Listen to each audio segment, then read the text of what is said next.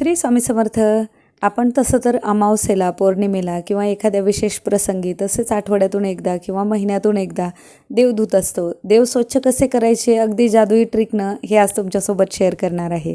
त्याआधी एक विनंती करेल, व्हिडिओ शेवटपर्यंत नक्की बघा. व्हिडिओ जर आवडला तर व्हिडिओच्या खाली लाईकचं बटन प्रेस करा. चॅनलवरती नवीन असाल तर चॅनलला जरूर सबस्क्राईब करा. आता देव कसे स्वच्छ करायचे, त्यात पितळी देव असतील तर देवांना कसं स्वच्छ करायचं, धुवायचं कसं, याविषयीचा हा व्हिडिओ आहे. मी छान असं लिंबू आणि एक मिश्रण देवांना अगदी हलक्या हातानं चोळून घेत आहे बरं का. जास्त काही घासून वगैरे अजिबात करायचं नाही, कारण देवांची कोणत्या कोणत्या देवांची थोडीशी बारीक डिझाईन असते, मग ती डिझाईन बिघडायलाही नको. त्यामुळे काय करायचं, लिंबाने हलक्या हाताने फक्त आपल्याला हे मिश्रण लावून घ्यायचं आहे. अगदी घरातच उपलब्ध होणाऱ्या गोष्टीपासून मी हे मिश्रण तयार करत असते बरं का. आणि जे आपण खाण्यापिण्यामध्ये उपयोगात आणतो त्याच वस्तू मी देवांसोबत वापरत असते. देव धुण्यासाठी मी कोणतेही बाहेरचे प्रोडक्ट्स किंवा पितांबरी काहीही वापरत नसते. त्यामुळे देव अगदी हलक्या हाताने आपल्या घरामधल्या साहित्यापासून जर आपण स्वच्छ केली तर ती अतिशय चमकदार आणि तितकीच अध्यात्मासोबत आपलं भावनिकतेचं नातंही देवांसोबत असतं आणि ते जपलं जातं. ते खूप महत्त्वाचं असतं. तसं तर देवघरातल्या देवांची आपण नित्य देवपूजा करताना अभिषेक वगैरे तर करतच असतो. पण काय होतं, बोरच्या पाण्याने म्हणा किंवा पाण्याने थोडेसे डाग पडून जातात आणि मग देव थोडे काळवंडले जातात. तर त्यांना अधूनमधून महिन्यातून एकदा किंवा 15 दिवसातून एकदा अशा पद्धतीनं जर हलक्या हातानं धुवून स्वच्छ केलं ना, आणि ते पण म्हणजे लिंबासोबत ब्रश न वापरता, तर अतिशय चांगले चमकदार निघतात. आणि कोणतं आहे बरं हे मिश्रण, मी ते तुमच्यासोबत शेअर करणार आहे. त्याआधी आपण सगळ्या देवांना थोडं थोडं लावून घेऊया. अगदी हलक्या हाताने लावून 5 मिनटं ठेवायचे. सोप्या पद्धतीनं देव स्वच्छ होतात. त्याचबरोबर आता येणारी आषाढी अमावस्या आहे. आपले देव स्वच्छ करून आपण त्यांना व्यवस्थित त्या दिवशी दिवे वगैरे स्वच्छ करून, दिवे पण धुतले जातात बरं का. तांब्याच्या वस्तू पण यामुळे स्वच्छ होतात. असं नाही की फक्त पितळी देवच या मिश्रणामुळे स्वच्छ केले जातात. तर तांब्या किंवा तांब्याचे दिवे, पितळी दिवे सगळं काही स्वच्छ होतं. त्यामुळे हे मिश्रण नक्की करून बघा, एकदा लावून बघा. आता कोणतं आहे बरं हे मिश्रण, त्याआधी मी तुमच्यासोबत तांब्याला लावून दाखवत आहे. बघा किती काळा झालेला आहे हा तांब्या, आणि अगदी 2 मिनटामध्ये लगेच त्याचा कलर कसा बदलत चाललेला आहे. अगदी तुमच्यासमोरच हा रिझल्ट मी दाखवत आहे, कारण मला कोणतीही गोष्ट तुमच्यापासून लपवायची नाही आहे. या गोष्टीचा उपयोग जर झाला ना तर तुम्हालाही तितकाच आनंद होईल. एका काचेच्या वाटीमध्ये मी 2 चमचे बेसनपीठ घेणार आहे. आता बेसनपीठ घेतल्याच्या नंतर आपण त्याच्यामध्ये एक थोडंसं आंबट झालेलं दही टाकून घेणार आहोत.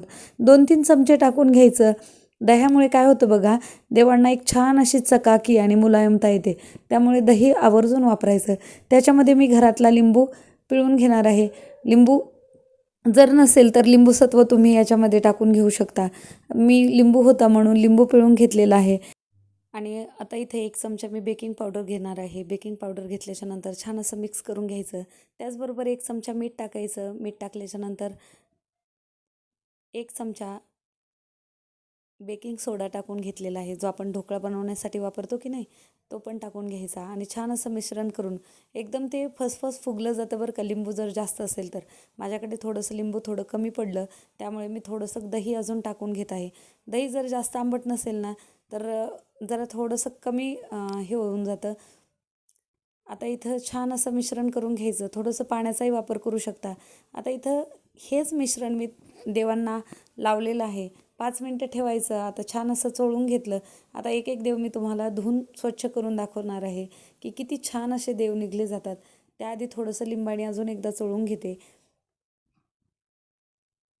अगदी स्वच्छ निघून जातात बरं का. बघा तुमच्यासमोरच दाखवते मी की किती छान असं. आणि ताटाला तर मी चोळणार पण नाही, काही नाही, पण ह्या पाण्यामुळे आपल्या ताट पण खाली स्वच्छ निघून जातं. आणि एक काम करायचं, देव धुतल्याच्या नंतर ना लगेच कोरड्या सुती कपड्याने त्यांना छान असं पुसून घ्यायचं, कोरडं करायचं. म्हणजे काय होतं, डिझाईनमध्ये जर पाणी राहिलं ना तर ती डिझाईन थोडीशी काळवंडली जाते बघा. मग तसं होऊ नये ना म्हणून काय करायचं, थोडं लगेच स्वच्छ धुतल्याच्या नंतर लगेच कपड्यानं पुसून घ्यायचं. हे बघा ताट तर तुम्ही बघू शकता इतकं स्वच्छ निघालेलं आहे. त्याचबरोबर आता मी देव तुम्हाला दाखवत आहे. खूप स्वच्छ सुंदर असे देव निघले जातात आणि घरातल्याच वस्तूंपासून एकदम जादुई ट्रिक वापरून आपले देव 5-10 मिनिटात स्वच्छ होतात बरं का. तसं तर आपण अमावस्येला, लक्ष्मीपूजनाला, धनत्रयोदशीला किंवा पाडव्याच्या दिवशी अशा महत्त्वाच्या प्रसंगीच देव स्वच्छ आणि चकाकतो बरं का. मग अशा वेळेला आपल्याला देवपूजेचंही मोठं काम असतं, त्याचबरोबर देव धुण्याचंही मोठं काम असतं. मग अशा वेळेला खूप वेळ जाऊ नये म्हणून ही एकदम सोपी पद्धती मी वापरत असते. त्यामुळे काय होतं, काम अगदी 5-10 मिनिटात आवरलं जातं आणि आपले देव घरामध्ये स्वच्छ दिसले की अतिशय प्रसन्न आणि मन एकदम उल्हासित होऊन जातं. असं वाटतं देव आपल्याशी बोलतच आहेत काय की. ही छोटीशी सोपी पद्धत तुमच्यासोबत जी शेअर केलेली आहे ती तुम्हाला कशी वाटली मला कमेंट बॉक्समध्ये कळवायला विसरू नका. व्हिडिओ जर आवडला तर मनापासून लाईक करायलाही विसरू नका. त्याचबरोबर तुमच्या मित्रमैत्रिणींमध्ये शेअर करायलाही विसरू नका. आणि हो, महत्त्वाच्या प्रसंगी ह्या सोप्या पद्धतीनं देव अतिशय छान असे स्वच्छ होतात बरं का. आणि त्या पद्धती वापरून तुम्ही नक्की देवघर स्वच्छ ठेवू शकता. श्री स्वामी समर्थ.